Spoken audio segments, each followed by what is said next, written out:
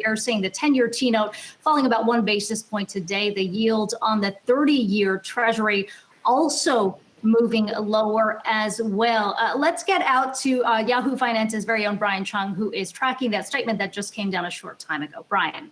Well, Kiko, the news out right now that the Federal Reserve is holding interest rates steady at the near zero bound. No surprise there. But keep in mind, we got a new set of economic projections from the Federal Reserve showing that they have a slightly more optimistic outlook on where the economy will end the year 2020. They say that the change in real GDP for the end of the year will be a contraction of 3.7%. That's a much better forecast than they had previously sent in June of 6.5%. And they also see the unemployment rate being in a better place by the end of this year than they had originally forecast, seeing 7.6% unemployment compared to the original June projection of 9.3%. This statement is going to look very different for anyone that's looking at it. And that's because of the Fed's change in framework that it announced a few weeks ago back at the virtual Jackson Hole conference, where it said it would allow inflation to moderately overshoot its 2% target. Now, the Federal Reserve codifying that in the statement today, committing to keeping interest rates at that level until labor market conditions have reached levels consistent with the committee's assessment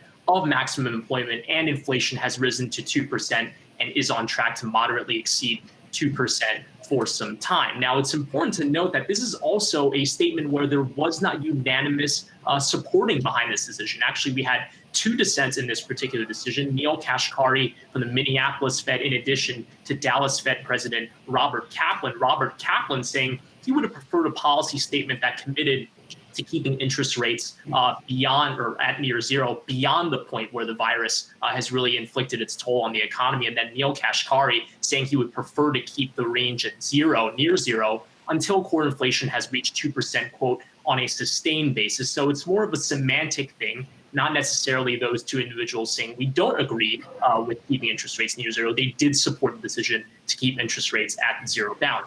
A few other things to unpack from this particular statement, which was pretty meaty, is that we got a new dot plot projection. This shows you a roadmap of where Fed policymakers could see interest rates going through the next few years, because it's the second half of 2020. That time horizon is now out to 2023. And the dot plot showing that the median member of the 17-member committee does see the interest rate staying at near zero by the end of 2023. There were only 4 members of the 17-member committee seeing the case for at least one rate hike by the end of that point in time.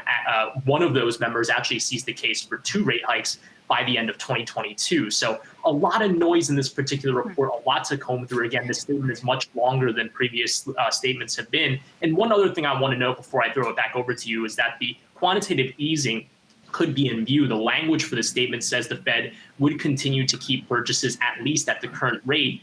But whereas previous statements said that QE would be primarily used to foster market functioning, now the statement does say that it could also be used to maintain accommodative monetary policy, which could hint that the Fed could be setting up or teeing up some sort of forward guidance in the next few meetings where they pin keeping zero rates in addition to asset purchases to conditions in inflation in addition to the labor market. But a lot to unpack there.